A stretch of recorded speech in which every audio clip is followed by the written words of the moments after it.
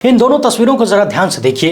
पहली तस्वीर है भाजपा सांसद प्रज्ञा सिंह ठाकुर की और दूसरी है देश के प्रथम प्रधानमंत्री पंडित जवाहरलाल नेहरू की। कहा जाता है कि पंडित जी वैज्ञानिक सोच के दूरदर्शी आदमी थे, लेकिन अपनी दूरदर्शिता में वो भी शायद बहुत बड़ी चूक कर गए। उन्हें इस बात का अंदाजा भी नहीं रहा होगा। क्या है वो मामला, अच्छे से बताएंगे। और पंडित नेहरू के साथ मालेगांव ब्लास्ट के आरोपी तथा गोडसे को देशभक्त बताने वाली इस महिला की चर्चा क्यों कर रहा हूँ, ये देखना बड़ा महत्वपूर्ण है। दरअसल प्रज्ञा सिंह ने पंडित नेहरू के बारे में एक बहुत बड़ा दावा कर दिया पिछले दिनों।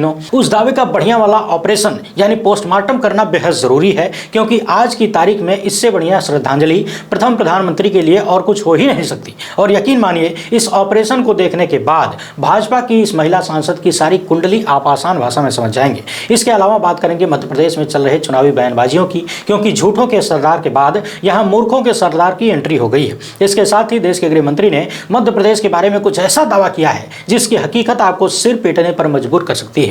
और वीडियो के अंत में प्रधानमंत्री मोदी के भयंकर वाले डर की चर्चा करेंगे। जी हां, सुनने में अजीब लग सकता है, मगर यह बात जब खुद उन्हीं की जबान से निकल रही है तो क्या किया जाए। बातचीत शुरू करने से पहले आप सभी से अनुरोध है कि यदि आप में पहली बार देख रहे हैं तो फेसबुक पर हमारे पेज को फॉलो और लाइक कर लीजिए। यूट्यूब पर सब्सक्राइब करके घंटा बजा दीजिएगा, तुरंत बजा दीजिए। आज 14 नवंबर की तारीख है। इसे बाल दिवस के रूप में मनाया जाता है। सन 1889 में आज ही के दिन भारत के प्रथम प्रधानमंत्री पंडित जवाहरलाल नेहरू का जन्म हुआ था। प्रथम प्रधानमंत्री को आधुनिक भारत का निर्माता भी कहा जाता है। आज हमारे देश में IIT से लेकर IIM तक और तमाम बड़े बड़े बांध जो हम देखते हैं, इसके अलावा बहुत सारी सार्वजनिक क्षेत्र की बड़ी बड़ी कंपनियों का निर्माण और उसके निर्माण की सोच पंडित नेहरू के दिमाग की उपज थी। उनके इन्हीं उत्कृष्ट कार्यों को देखकर कहा जाता है कि वो बहुत ही वैज्ञानिक सोच और भविष्य दृष्टा तथा दूरदर्शी थे। लेकिन शायद भारत के पहले प्रधानमंत्री और सबसे महत्वपूर्ण स्वतंत्रता सेनानियों में से एक पंडित जी को यह मालूम भी नहीं रहा होगा कि देश की आजादी के कुछ दशक बाद देश की राजनीति इस कदर गिर जाएगी कि देश की नींव बनाने वालों को ही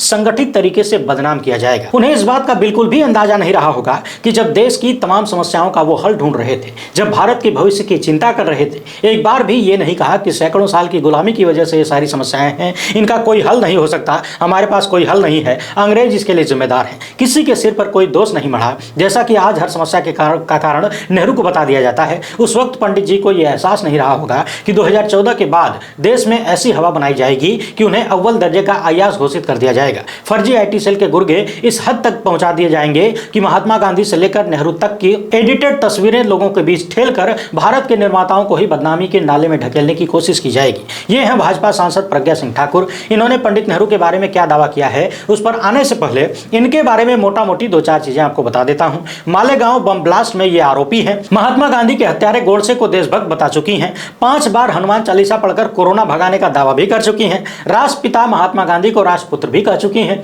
हाल ही में कर्नाटक में जब विधानसभा के चुनाव हो रहे थे तो इन्होंने चाकू की धार तेज करने की बात कही थी। सरेआम मन से कहा था कि पता नहीं कब हालात बिगड़ जाएं, कैसे हालात बन जाएं, हथियार तैयार रखो। यानी आपत्तिजनक बयानबाजी ही इनकी मूल पहचान के रूप में उपस्थित है। इसके साथ ही इन्होंने मध्य प्रदेश के पूर्व मुख्यमंत्री दिग्विजय सिंह को आतंकवादी तक कह दिया था। अब आप हमसे ये न पूछिएगा कि जिसके ऊपर खुद ही बम ब्लास्ट में आरोप लगे हों वो दूसरों को आतंकवादी बुला रही है। इसके अलावा एक सवाल ये भी उठता है कि डबल इंजन होने के बाद भी यदि दिग्विजय सिंह कोई आतंकवादी है और खुलेआम घूम रहे हैं, चुनाव लड़ रहे हैं, चुनाव प्रचार कर रहे हैं, तो फिर ये किसके लिए फेलियर की बात है, किसके लिए शर्म से डूब मरने की बात है। हाल ही में प्रज्ञा सिंह ठाकुर ने एक न्यूज चैनल को इंटरव्यू में यह दावा कर दिया कि जब भारत का संविधान बना तब पंडित नेहरू ने तत्कालीन राष्ट्रपति राजेंद्र प्रसाद को नजरअंदाज करते हुए जल्दबाजी में संविधान पर पहले हस्ताक्षर कर दिए। फिर बाद में राजेंद्र प्रसाद के लिए हस्ताक्षर करने की जगह ही न बची और उन्होंने जैसे तैसे नेहरू के बाद साइन किया। दरअसल गोदी मीडिया के एक चैनल आज तक के यूट्यूब चैनल पर प्रज्ञा ठाकुर का एक वीडियो पब्लिश किया गया। इसमें इंटरव्यू ले रही थी दुनिया की दूसरी सबसे बड़े वैज्ञानिक, जिन्होंने 2000 के नोट में नैनोचिप का आविष्कार किया था।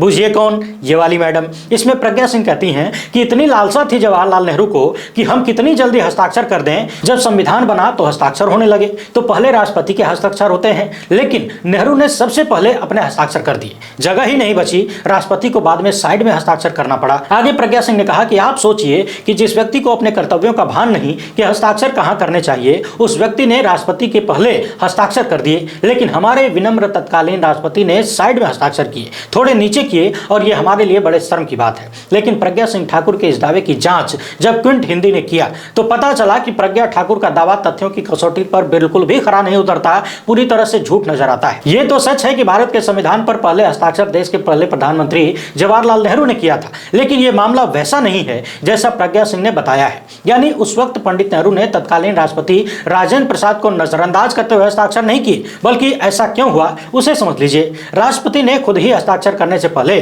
संविधान सभा के सदस्यों को हस्ताक्षर करने के लिए आमंत्रित किया था। चूंकि पंडित नेहरू प्रधानमंत्री थे, इसलिए उन्हें सदस्यों में सबसे पहले आमंत्रित किया गया। यहां एक बात और है ध्यान देने वाली, उस वक्त के राष्ट्रपति डॉक्टर राजेंद्र प्रसाद ने खुद ही यह भी कहा था कि माननीय प्रधानमंत्री को सार्वजनिक कर्तव्य पर जाना है, यानी पंडित नेहरू को कहीं सार्वजनिक कार्यक्रम में जाना था, इसलिए उनसे यह अनुरोध राष्ट्रपति ने खुद ही किया था कि आप पहले हस्ताक्षर कर लीजिए और चले जाइए। इसके साथ ही प्रज्ञा ठाकुर ने यह भी दावा कर दिया कि राष्ट्रपति को जगह ही नहीं मिली, नीचे हस्ताक्षर करना पड़ा। यह भी पूरी तरह से झूठ है। संविधान की ओरिजिनल कॉपी में देखा जा सकता है कि राष्ट्रपति का हस्ताक्षर सबसे ऊपर है। आप लोग खुद ही देख लीजिए अपनी स्क्रीन पर, देखिए ये जो मोटे मोटे अक्षर में हस्ताक्षर है ये उस वक्त के राष्ट्रपति डॉक्टर राजेंद्र प्रसाद का है। उसके नीचे पंडित नेहरू हैं, फिर क्रम से बाकी लोग हैं। यानी कुल मिलाकर हमेशा की तरह जैसे नेहरू और पटेल के बारे में झूठ फैलाया जाता है, महात्मा गांधी के बारे में झूठ फैलाया जाता है, भगत सिंह और सुभाष चंद्र बोस तथा नेहरू को लेकर गलत बातें फैलाई जाती हैं, उसी तरह से यहां भी प्रथम राष्ट्रपति तथा पंडित नेहरू को लेकर झूठ फैलाया जा रहा है। आप भाजपा नेताओं की जबान से अक्सर सुनते होंगे नेहरू और पटेल की बनती नहीं थी, बहुत झगड़ा था दोनों में, लेकिन आज तक ये बात प्रमाणित नहीं हो सकी कि कहीं भी दोनों के बीच बातचीत या पत्राचार में कोई भी मनमुटाव देखने को मिले। राजनीति में सैकड़ों हजारों मुद्दे होते हैं, कहीं किसी मुद्दे पर यदि मतभेद हो जाए तो उसे मनमुटाव का नाम नहीं दिया जाता है, लेकिन झूठ परोसने वालों को छोटी सी चीज भी बहुत काम की हो जाती है। मगर फिर भी कहा जाता है कि जिनके पास अपना बढ़िया सच नहीं होता, अच्छा इतिहास नहीं होता, वो दूसरों को बदनाम करके ही, उनकी बुराई करके ही अपना काम चलाते हैं। करें तो करें क्या। मुझे लगा कि आज पंडित नेहरू की विशेषताओं और उनके बहुत सारे कार्यों में से कुछ की चर्चा करने की बजाय क्यों ना उनके बारे में फैलाए जा रहे एक झूठ का ही पर्दाफाश कर दिया जाए, क्योंकि आज के वक्त में देश की जनता को झूठ से बचाना ही सबसे बड़ा कारनामा हो चुका है। आइए अब जरा मध्य प्रदेश की चुनावी चर्चा कर लेते हैं। अब तक जितने भी सर्वे आए हैं, चाहे वो गोदी मीडिया का हो या फिर कोई अलग सर्वे, सबने मध्य प्रदेश में बीजेपी को पीछे दिखाया है और कांग्रेस को सरकार बनाते हुए दिखाया है। यहां ध्यान देने वाली बात यह भी है कि पिछले कई महीनों में अलग अलग सर्वे में जैसे जैसे चुनाव नजदीक आता गया है, बीजेपी सर्वे के अनुसार कमजोर होते हुए दिखी गई है और कांग्रेस मजबूत स्थिति में जाती हुई दिख रही है। मगर इसके बावजूद हमेशा की तरह भारतीय जनता पार्टी अपना सब कुछ दांव पर लगाकर चुनाव लड़ रही है। मगर चौंकाने वाली बात यह है कि दांव पर वो भी लगाया जा रहा है जिसका कोई अस्तित्व ही नहीं है, यानी झूठ। और अब ऐसा लग रहा है कि भारतीय जनता पार्टी ने झूठ को आधिकारिक रूप से स्वीकार कर लिया है कि यह भी उनका एक चुनावी हथियार है। वहीं पिछले दिनों कांग्रेस अध्यक्ष ने प्रधानमंत्री मोदी को झूठों का सरदार कह दिया और अब पीएम मोदी ने राहुल गांधी को इशारों में मूर्खों का सरदार कह दिया है। वीडियो में बने रहिए, आगे कुछ महत्वपूर्ण बातें बतानी है। वहीं मध्य प्रदेश के चुनाव में एक चीज और देखने को मिल रही है। ऐसा लग रहा है कि प्रधानमंत्री बुरी तरह से डर चुके हैं और इतने डर चुके हैं कि एक बार फिर से अपनी डर की परछाई दिखाने लगे हैं, वही परछाई जो उन्होंने कर्नाटक में दिखाई थी, गाली वाली। हमेशा की तरह एक बार फिर से प्रधानमंत्री मोदी ने गाली शुरू कर दिया है। कर्नाटक चुनाव में भी आपने देखा था, ज्यादातर चुनावी भाषणों में पीएम मोदी बताते फिर रहे थे कि कांग्रेस के लोग मुझे बहुत गाली देते हैं और गालियों को किलो में तौलने का यंत्र भी प्रधानमंत्री के पास है। दुनिया में शायद किसी के पास नहीं होगा, लेकिन इनके पास है। बाकायदा बता देते हैं कि कितना किलो गाली कौन देता है। हाल फिलहाल में कह रहे हैं कि जनता मुझे पसंद करती है और कांग्रेस वाले गाली देते हैं। लेकिन समस्या इस बात की है कि कुछ महीने पहले पीएम मोदी कह रहे थे कि उनके पास गालियों को विटामिन में बदलने की मशीन है। जब लोग उन्हें गालियां देते हैं तो वो उनको उन गालियों को विटामिन की तरह लेते हैं, उन्हें फायदा करती हैं, फिर तो धन्यवाद देना चाहिए। मगर सवाल यह है कि गालियां दे कौन रहा है? और यदि सच में गालियों का आकलन किया जाए तो भाजपा नेताओं से ज्यादा अपशब्द बोलने वाले कहां मिलेंगे भाई? खुद प्रधानमंत्री ही 50 करोड़ की गर्लफ्रेंड से लेकर जर्सी गाय, बछड़ा, कांग्रेस की विधवा, इस तरह की तमाम बातें बोल चुके हैं। और हाल ही में आपने देखा भाजपा सांसद रमेश बिधूड़ी ने भरी संसद में, नई संसद में, भरी संसद में बसपा सांसद दनीश आली को कैसी कैसी गालियां दी थी। और इन सब के बाद आपने यह भी देखा है कि मोदी सरनेम को लेकर राहुल गांधी ने लगभग 5 साल पहले कोई टिप्पणी की थी तो उन्हें सजा सुना दी गई, संसद से बाहर कर दिया गया। तो सवाल यह उठता है कि यदि देश का पैसा लेकर भागने वालों को चोर कह देने से राहुल गांधी को 2 साल की सजा सुनाई जा सकती है, तो फिर जब कांग्रेस वाले भर भर के किलो के हिसाब से गालियां दे रहे हैं तो सबको फांसी चढ़वा दीजिए। पिछले दिनों किसी दर्शक ने मुझे फोन किया और कहने लगे कि आप बताइए कि क्या देश के प्रधानमंत्री को यह कहना शोभा देता है कि लोग मुझे गाली दे रहे हैं? मैंने अपनी 60 साल की उम्र में ऐसा नहीं देखा कि देश का कोई भी नेता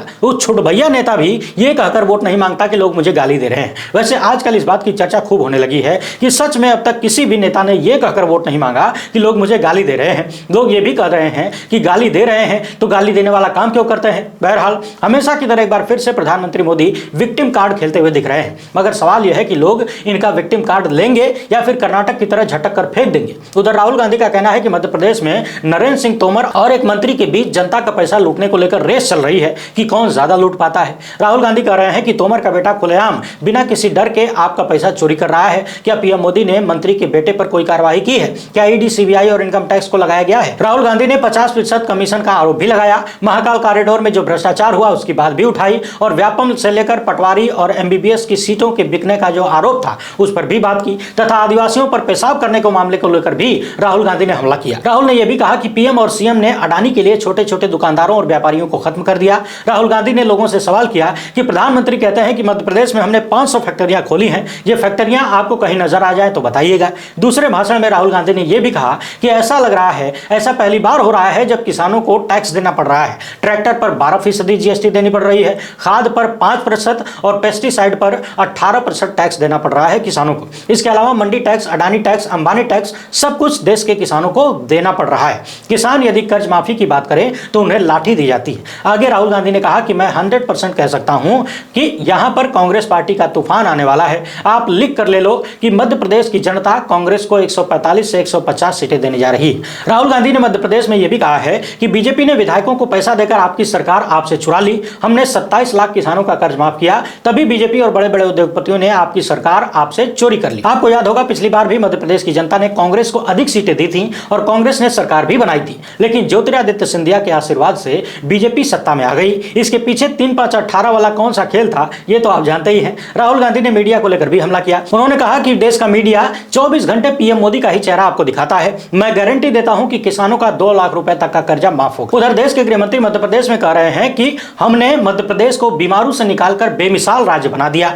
तो आइए जरा इस बेमिसाल की मिसाल देख लीजिए, इसके बाद खुद ही फैसला करिएगा कि यदि बेमिसाल ऐसा है तो फिर मिसाल कैसा होगा। कुपोषण के कारण जो बच्चे छोटे हो जाते हैं, यानी जिनकी ग्रोथ यानी लंबाई नहीं बढ़ पाती है, जब इसका 30 राज्यों में सर्वे हुआ तो मध्य प्रदेश का स्थान 25वां था, यानी नीचे से 5वां 6वां हुआ। यहां ध्यान देने वाली बात यह भी है कि केरल, पंजाब और तमिलनाडु में इस तरह का कुपोषण सबसे कम था और इन राज्यों में बीजेपी नीलबटे सन्नाटा है। वहीं बच्चों में कम वजन की जो बात होती है उसमें 28 राज्यों में 26वें नंबर पर मध्य प्रदेश आता है, यानी नीचे से तीसरा स्थान। बाल मृत्यु दर के मामले में मध्य प्रदेश 28 राज्यों में 27वें नंबर पर आता है, यानी नीचे से दूसरा स्थान। अब यहां एक और चौंकाने वाला आंकड़ा देख लीजिए। 1990 में भारत में मानव विकास का आंकड़ा सामने आना शुरू हुआ और यह शुरू हुआ तब मध्य प्रदेश 30 राज्यों में 26वें स्थान पर था और 2021 में 30 राज्यों में ही 27वें नंबर पर है, यानी सुधार की बजाय स्थिति और खराब हो गई। इसी तरह से मध्य प्रदेश में यदि दलितों पर अत्याचार का मामला देखा जाए तो स्थिति बद से बदतर है। महिलाओं पर अत्याचार का मामला देख लिया जाए तो भी स्थिति बद से बदतर है। बेरोजगारी के मामले में जो रजिस्टर्ड बेरोजगार हैं, 3 साल में वहां की सरकार उनमें से मात्र 21 लोगों को रोजगार देती है। मैं यहां रजिस्टर्ड बेरोजगारों की बात कर रहा हूं, ये आंकड़ा खुद वहां की सरकार ने दिया था। जिन रजिस्टर्ड बेरोजगारों की संख्या 38 लाख के आसपास है, उनमें से 3 साल में मात्र 21 लोगों को रोजगार दिया जाता है। इसके अलावा गृहमंत्री मध्य प्रदेश में यह भी दावा कर रहे थे कि हमारी सरकार ने महिलाओं को आरक्षण दिया है, मगर यह नहीं बता रहे हैं कि यह आरक्षण 10 साल बाद महिलाओं को मिलेगा या 20 साल बाद, और तब भी मिलेगा कि नहीं मिलेगा खाली कागजे में रहेगा, क्योंकि अभी तक महिलाओं को खाली आरक्षण के नाम पर झुंझुना ही दिया गया है, और वो भी ऐसा झुंझुना जिसे खाली देख सकते हैं, बजा नहीं सकते। वहीं विधानसभा के चुनाव में घूम घूम कर 370 और मंदिर वाला राग भी अलापा जा रहा है। वैसे आपको क्या लगता है कि विधानसभा के चुनाव में यानी राज्यों के चुनाव में कश्मीर से 370 हटाना और राम मंदिर निर्माण, क्या ये सारे मुद्दे बीजेपी को लाभ देंगे, या फिर 370 हटने के बाद कश्मीर में जो स्थितियां हैं उनसे उठने वाले सवाल बीजेपी को नुकसान पहुंचाएंगे? और राम मंदिर का मुद्दा क्या आम जनता की जरूरतों को छुपा सकता है, जरूरी मुद्दों को छुपा सकता है? अपना जवाब कमेंट बॉक्स में जरूर लिखिएगा। वीडियो पसंद आई हो तो लाइक और शेयर जरूर करें। पहली बार देख रहे हैं तो चैनल को सब्सक्राइब कर लीजिए। हमसे जुड़ने के लिए बहुत बहुत धन्यवाद। जय हिंद।